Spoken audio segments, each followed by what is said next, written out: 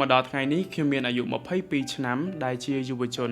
ហើយក្រុមយុវជនគឺជាធនធានមនុស្សយ៉ាងសំខាន់និងជាកម្លាំងស្នូលសម្រាប់សង្គមនិងប្រទេសជាតិរបស់យើងនៅក្នុងឆ្នាំនេះពេលវេលានេះនិងស្ថានភាពមួយនេះខ្ញុំពិតជាបានរៀនអំពីបទពិសោធន៍ជាក់ស្ដែងគ្រប់ទិដ្ឋភាពហេតុការណ៍ដែលបានកើតឡើងមកលើប្រទេសយើងនៅក្នុងពេលនេះ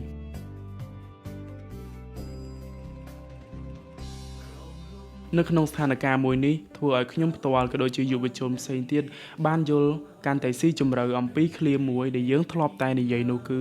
ឈាមជ័រខ្មែរតែមួយទោះបីជាពួកយើងមិនបាននៅក្នុងស្ថានភាពពិតជាក់ស្ដែងកំពុងតែជម្លៀសពីគ្រួសារដែលយើងធ្លាប់តែរស់នៅទៅទីទួលសុវត្ថិភាពមួយផ្សេងទៀតឬស្ថានភាពដែលបងវីរៈកងទ័ពកំពុងតែតតាំងនឹងការឈ្លានពានពីប្រទេសជិតខាងក៏ដោយប៉ុន្តែពួកយើងគឺជាទ័ពជួរក្រោយពិតជាមានក្តីបារម្ភយកចិត្តទុកដាក់និងខ្វល់ខ្វាយអំពីសុខទុក្ខរបស់ពួកគាត់ដូចជាបងប្អូនរបស់យើងដូចគ្នាកម្លាំងសាមគ្គីការជួយគ្នាទៅវិញទៅមករបស់ប្រជាពលរដ្ឋខ្មែរទូទាំងប្រទេសក៏ដូចជាបងលោកពូ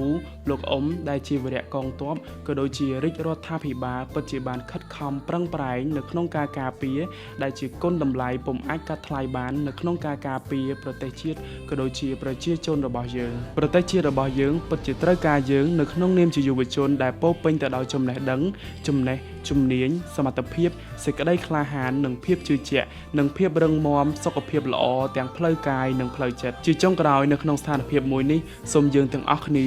រួមគ្នាជាកម្លាំងសាមគ្គីជាធ្លុងមួយនៅក្នុងការជួយគាំទ្រការពារប្រទេសជាតិរបស់យើង